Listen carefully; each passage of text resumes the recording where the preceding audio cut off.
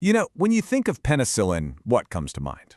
It's probably that classic story, right? A lucky accident, a moldy petri dish. But what if I told you that's just the tip of the iceberg? The real story is so much more complex and honestly way more fascinating than the legend we all learned. So let me just ask you straight up. Who really discovered this miracle drug? I bet the name Alexander Fleming just popped into your head. And look, you're not wrong, but you're also not completely right. It's complicated. See, the real story isn't about one guy and one lucky break. No way. It's this epic saga that spans decades. We're talking forgotten pioneers, total unsung heroes, and the kind of desperation you only get during a world war.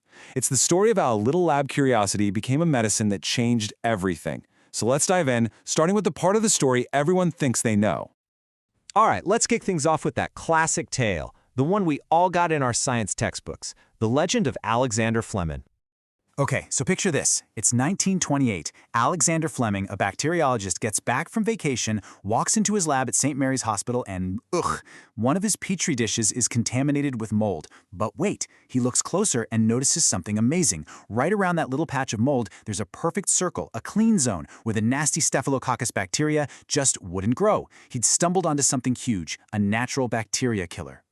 But, and this is a huge but, that's kind of where his part of the story stalled. I mean, sure, he cultured the mold, he gave the substance its name, penicillin, but he could never, ever get enough of the pure stuff to actually test it on a person or even an animal. So his discovery, as brilliant as it was just an observation. It was an idea that literally sat on a shelf for a whole decade. All that incredible potential, just waiting.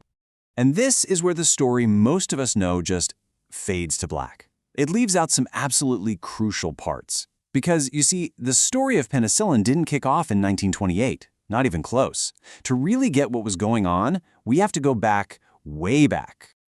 Get this, more than 50 years before Fleming, all the way back in 1875, a scientist named John Tyndall was already talking about the bacteria-killing power of this exact fungus to the Royal Society. And it gets crazier. In 1897, a French medical student, Ernest Duchesne, didn't just observe it, he actually used it to cure guinea pigs from infections.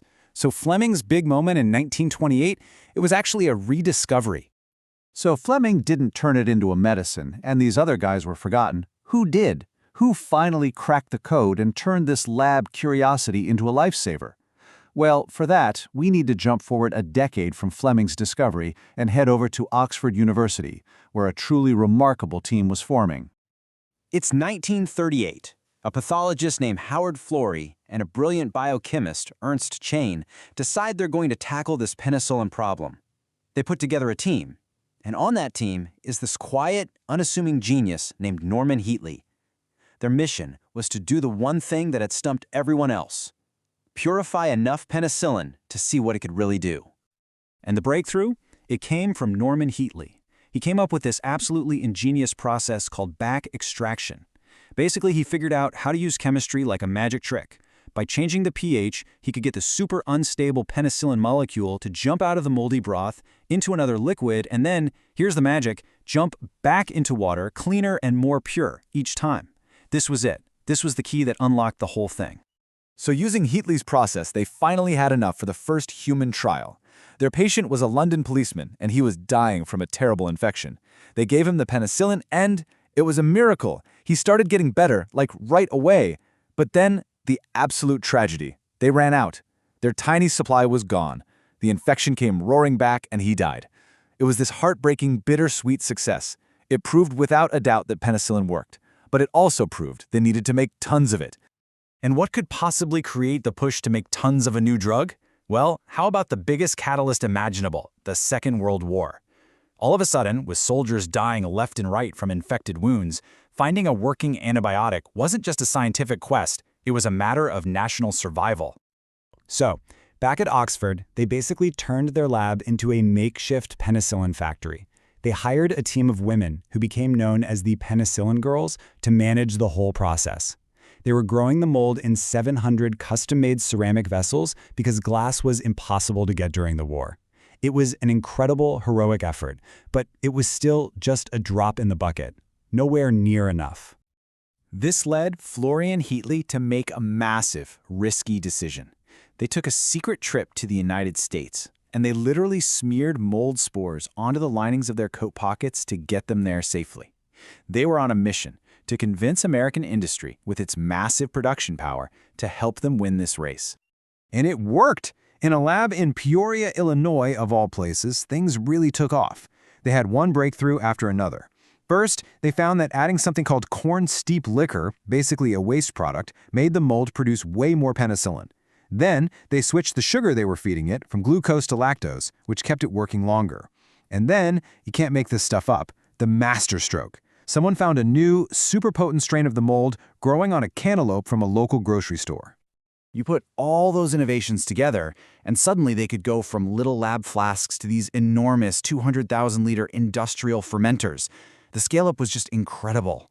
So much so that by D-Day in 1944, there was enough penicillin being produced to treat every single wounded Allied soldier. The number of deaths from infection, it just plummeted. Okay, so that's the wild history of how we got it, but how does this stuff actually work? What's it doing on a microscopic level? Let's take a quick peek at the science behind the magic. The secret weapon is a tiny chemical structure called the beta-lactam ring. Now think of a bacterium like it's building a rigid cage around itself. That's its cell wall. What penicillin does is it sneaks in and messes with the construction, breaking the links in that cage while it's being built. And without a strong, complete cell wall, the bacterium just can't handle its own internal pressure. It literally pops. Game over. Now that first natural penicillin, Penicillin G, was a game changer, but it wasn't perfect. For one, your stomach acid destroyed it, so you had to get it as a shot. It also only worked on a narrow range of bacteria. And, almost immediately, bacteria started fighting back, evolving enzymes to chew it up. So it became an arms race. Scientists went back to the lab and started tinkering with the molecule, creating what we call semi-synthetic penicillins. These new versions could survive stomach acid, attack a wider range of bacteria, and even resist the defenses that bacteria had built up. And that brings us to the end of our story, the legacy.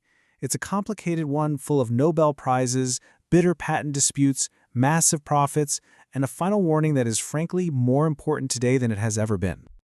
So, in 1945, the Nobel Prize goes to Fleming, Fleury, and Shane. But what about Norman Heatley, the guy whose process actually made it all work? He was completely left out. In fact, his name was even taken off some of the scientific papers. This little move allowed American companies to swoop in and patent the production process. The result? American pharmaceutical companies made an absolute fortune, while the Oxford team that did all the foundational work got nothing. But maybe the most incredible part of this whole saga is the final warning. And it didn't come from some scientist today. It came from Alexander Fleming himself, all the way back in his Nobel Prize speech in 1945. Right at the very beginning of the antibiotic age, he saw the future. He warned everyone about the danger of antibiotic resistance. It's a pretty chilling reminder that this microscopic war he helped us start is a long, long way from being over.